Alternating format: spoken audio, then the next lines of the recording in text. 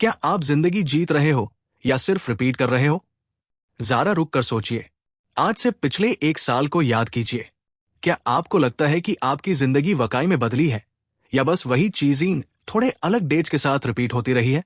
वही टेंशन, वही self doubt, वही गोल्स जो हर साल नए लगते हैं पार एंड होते होते पुराने जैसे हाई रह जाते हैं। मैक्सवेल माल्स कहते हैं कि ज्यादातर लोग इसलिए फेल नहीं होते क्योंकि अनमेन टैलेंट या मेहनत की कमी होती है, बल्कि इसलिए क्योंकि वो अपनी जिंदगी को कॉन्शियसली डिजाइन नहीं करते।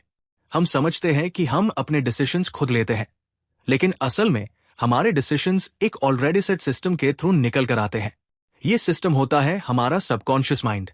साइकोसाइबरनेटिक्स ह्यूम ये समझती है कि हमारा दिमाग एक मशीन की तरह काम करता है, एक गोल सीकिंग मैकेनिज्म।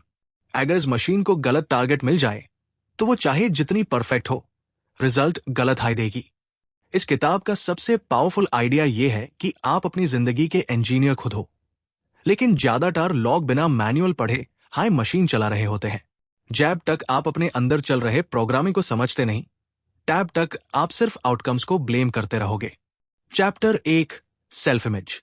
आप अपने बारे में जो मानते हो वही आपकी लिमिट बन जाता है। सेल्फ इमेज कोई सरफेस लेवल कॉन्फिडेंस नहीं होता। ये वो गहरी बिलीफ सिस्टम होती है जो क्वाइटली डिसाइड करती है कि आप क्या डिजर्व करते हो, आप किस लेवल तक जा सकते हो, और कौन सी चीज आपके औकात के बाहर है। ये सेल्फ इमेज बचपन में बनने लगती है।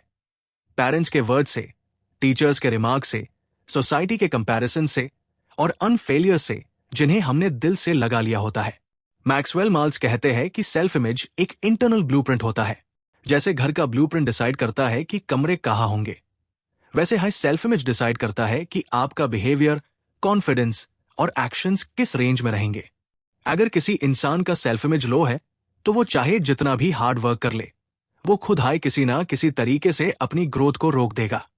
कभी लास्ट मोमेंट पार गलती हो जाना, कभी अपॉर्चुनिटी के टाइम नर्वस हो जाना, कभी सक्सेस के बिल्कुल पास आकर पीछे हट जाना। ये सब सेल्फ इमेज के डिफेंस मैकेनिज्म्स होते हैं। दिमाग कहता है इसे ज्यादा अलाउड नहीं है। सबसे डेंजरस बात यह है कि सेल्फ इमेज को हम सच मान लेते हैं, जबकि वो सिर्फ एक हैबिट होती है, एक पुरानी प्रोग्रामिंग। इस चैप्टर का सबसे होपफुल मैसेज यह है कि सेल्फ इमेज चेंज हो सकती है। आपको अपनी पर्सनैलिटी तोड़ने की जरूरत नहीं, सिर्फ अपनी सेल्फ डेफिनेशन को अपडेट करना होता है। चैप्टर 2, आपका दिमाग एक गोल सीकिंग मशीन है, चाहे गोल गलत हाई क्यों ना हो। साइबरनेटिक्स का कॉन्सेप्ट यहां इंट्रोड्यूस होता है। साइबरनेटिक्स का मतलब होता है ऑटोमेटिक गोल करेक्शन। जैसे थर्मोस्टैट टेम्परेचर को कंट्रोल करता है, वैसे हाई दिमाग गोल्स के अकॉर्डिंग बिहेवियर एडजस्ट करता है। अगर टारगेट क्लियर है तो सिस्टम ऑटोमेटिकली काम करता रहता है। प्रॉब्लम यह है कि ज्यादातर लोग कॉन्शियसली गोल्स सेट हाई नहीं करते। उनके गोल्स हिडन होते हैं। जैसे मेन एम्बैरसमेंट से बचना चाहता हूं, मेन रिजेक्ट नहीं होना चाहता, लोग क्या कहेंगे। ये गोल्स सक्सेस के नहीं, पेन अवॉइडेंस के गोल्स होते हैं। और जब टारगेट हाई गलत होता है तो रिजल्ट भी वही आता है, missed opportunities, under performance, regret. Malls कहते हैं कि सबकॉन्शियस माइंड लॉजिकल नहीं होता। वो ये नहीं पूछता कि गोल अच्छा है या बुरा, वो सिर्फ ये देखता है कि डायरेक्शन क्या है। इसलिए अगर आप अपने आप को बार बार फेलियर इमेजिन करते हो तो दिमाग यूज अवॉइड करने के लिए एक्शंस लेता है, चाहे उन एक्शंस का रिजल्ट और बड़ा फेलियर क्यों ना हो। जिंदगी टैब बदलती है जब आप एफर्ट बदलने के बजाय डायरेक्शन बदलते हो। चैप्टर 3, इमेजिनेशन, जहां रियलिटी से पहले रिहर्सल होती है। इमेजिनेशन को लोग अक्सर वीक चीज समझते हैं, जैसे ये सिर्फ डे ड्रीमिंग हो। माल्स इस मिथ को तोड़ते हैं। वो कहते हैं कि इमेजिनेशन वो जगह है जहां दिमाग फ्यूचर के लिए रिहर्सल करता है। सबकॉन्शियस माइंड इमेजिनेशन और रियलिटी में फर्क नहीं कर पाता। इसलिए जब आप बार बार किसी सिचुएशन में अपने आप को नर्वस, फील या रिजेक्टेड इमेजिन करते हो तो बॉडी वही केमिकल रिस्पॉन्स क्रिएट करती है। Stress hormones, tight muscles, shallow breathing. जब रियल सिचुएशन आती है तो बॉडी पहले हाई थक चुकी होती है। विजुअलाइजेशन इस चैप्टर का कोर टूल है। जब आप अपने आप को काम, कॉन्फिडेंट और सक्सेसफुल इमेजिन करते हो तो सबकॉन्शियस यूज सेफ और नॉर्मल मान लेता है। धीरे धीरे आपका बिहेवियर बिना फोर्स के चेंज होने लगता है। यहां एक इंपॉर्टेंट बात समझने वाली है।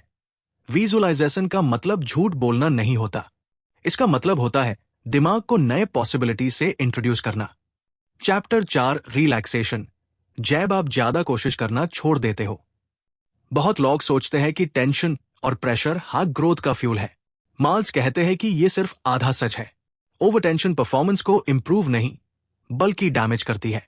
जब हम ओवर ट्राई करते हैं तो हम अपनी नेचुरल इंटेलिजेंस को ब्लॉक कर देते हैं।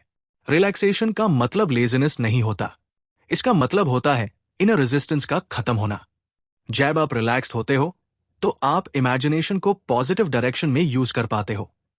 क्रिएटिविटी, इंट्यूशन और क्लैरिटी टैब एक्टिवेट होती है। इस चैप्टर में माल्स सिंपल रिलैक्सेशन टेक्निक्स के थ्रू ये दिखाते हैं कि कैसे काम माइंड बेटर डिसीजंस लेता है। सक्सेस जबरदस्ती से नहीं, फ्लो स्टेट से आती है। Chapter 5 past failures.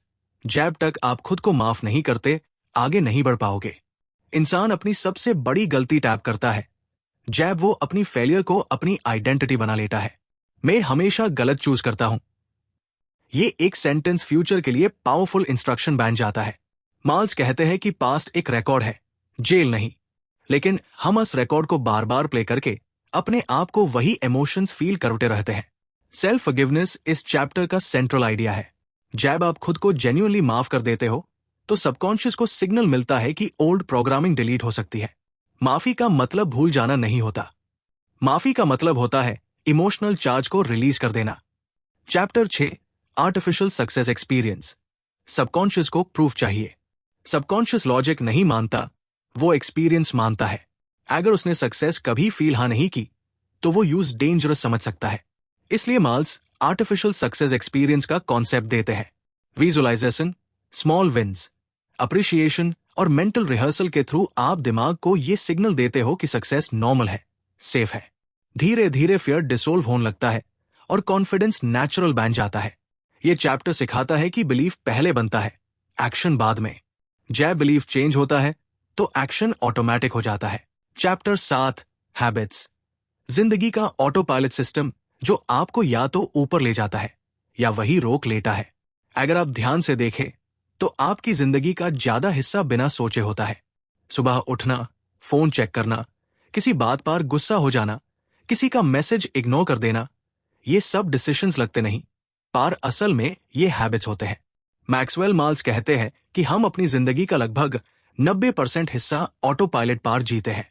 और ऑटो पायलट का मतलब होता है जो पहले से प्रोग्राम है वही चलेगा। बहुत लोग ये मानते हैं कि हैबिट्स उनकी पर्सनैलिटी का हिस्सा है। मैं ऐसा हाई हूं, मुझसे सुबह जल्दी नहीं उठा जाता, मैं प्रेशर में कंफ्यूज हो जाता हूं। माल्स इस थिंकिंग को गलत बताते हैं। वो कहते हैं कि हैबिट्स कोई कैरेक्टर फ्लॉ नहीं होती बल्कि प्रोग्रामिंग लूप होती है।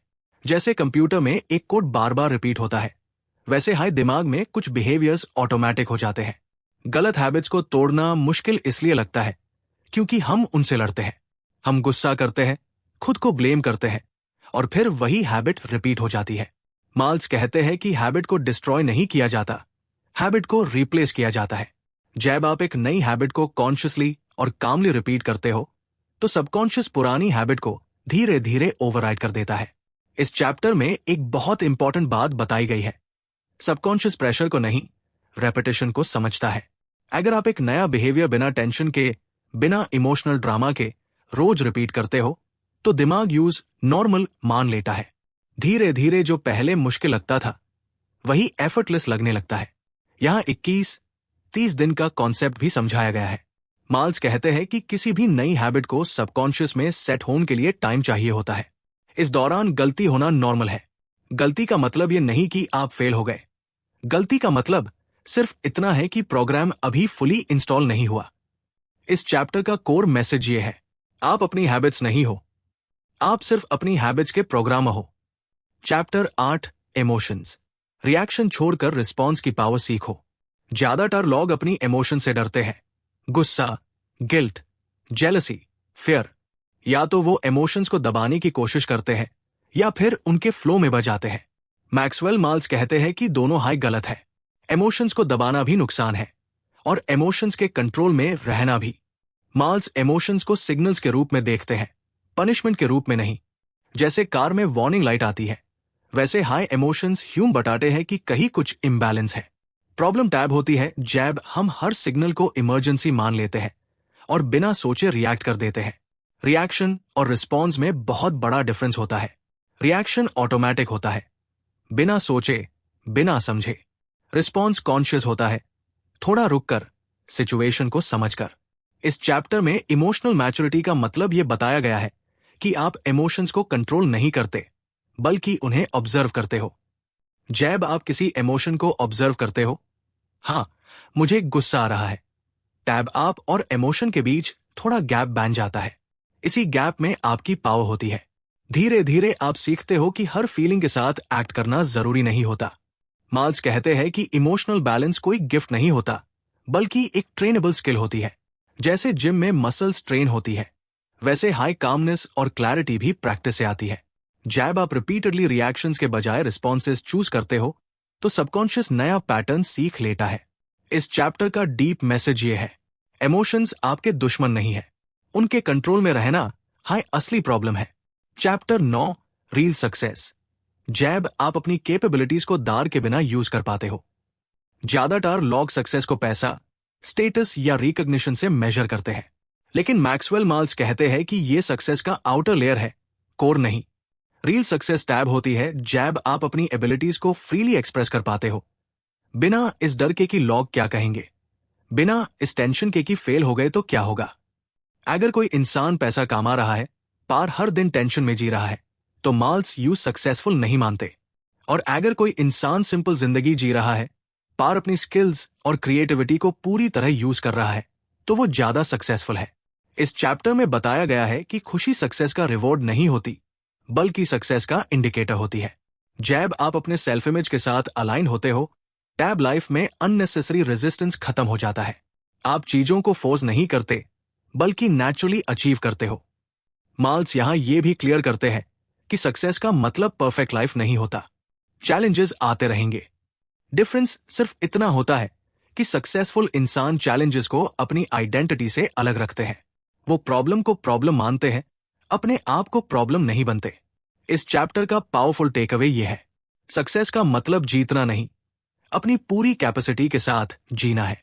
फाइनल कंक्लूजन, आप ब्रोकन नहीं हो, आप सिर्फ गलत तरीके से प्रोग्राम हो गए हो। साइकोसाइबरनेटिक्स का फाइनल मैसेज बहुत सिंपल पर लाइफ चेंजिंग है।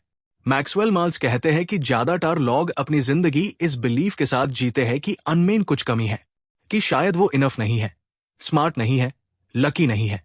ये बिलीफ सबसे बड़ा बग है। सच ये है कि आप ब्रोकन नहीं हो।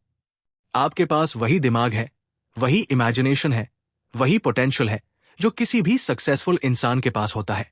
फर्क सिर्फ इतना है कि आपके सिस्टम में कौन सा प्रोग्राम चल रहा है। जैसे आप अपनी सेल्फ इमेज को अपडेट करते हो, अपनी इमेजिनेशन को सही डायरेक्शन देते हो, अपनी हैबिट्स को कॉन्शियसली डिजाइन करते हो और इमोशंस को समझकर हैंडल करना सीखते हो, जिंदगी धीरे धीरे एडजस्ट होने लगती है, बिना जबरदस्ती के, बिना स्ट्रगल के।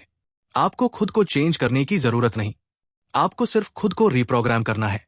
और जब आप ये समझ लेते हो, तब जिंदगी एक फाइट नहीं, बल्कि एक क्रिएटिव प्रोसेस बन जाती है।